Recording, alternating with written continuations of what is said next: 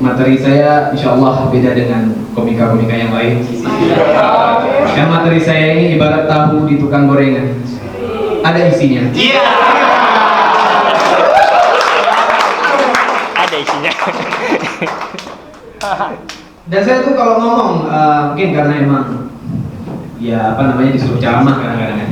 Jadi kalau ngomong tuh menyesuaikan audiens. Kalau ngomong depan anak kecil tuh biasanya tentang cita-cita masa depan. Kalau depan orang tua tuh tentang ya, renungan akhirat. Ini karena saya lihat nih wajah-wajah anak muda yang produktif, kreatif dan inovatif.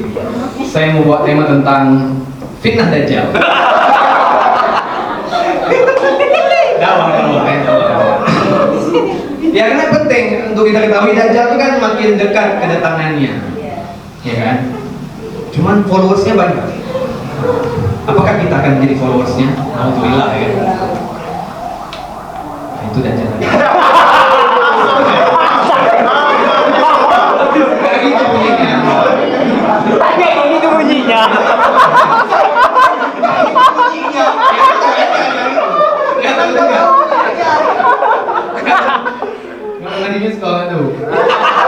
Nah kalau Dajjal datang, kalau dia kan followersnya banyak. Kalau dia punya sosmed, dia punya TikTok, itu udah bisa live TikTok.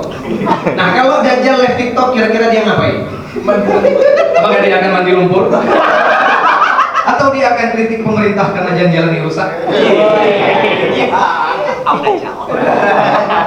Saya yakin kalau Dajjal datang nanti dia main filter TikTok gitu kan.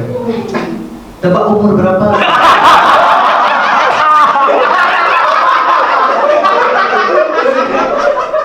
Mirip artis siapa?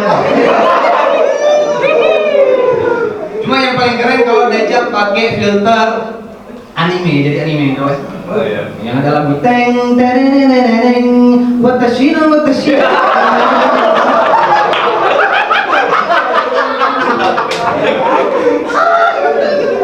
Makanya saya sebagai pendakwah saya sarankan untuk siapapun, mungkin kawan-kawan, ustaz-ustaz yang mau berdakwah itu jangan sampai TikTok ini dikuasai sama Dajjal. Penceramah itu harus pakai TikTok.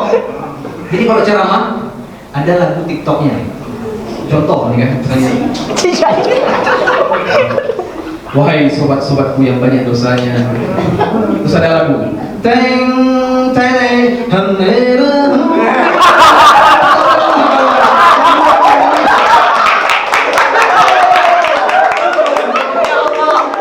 Dalam air.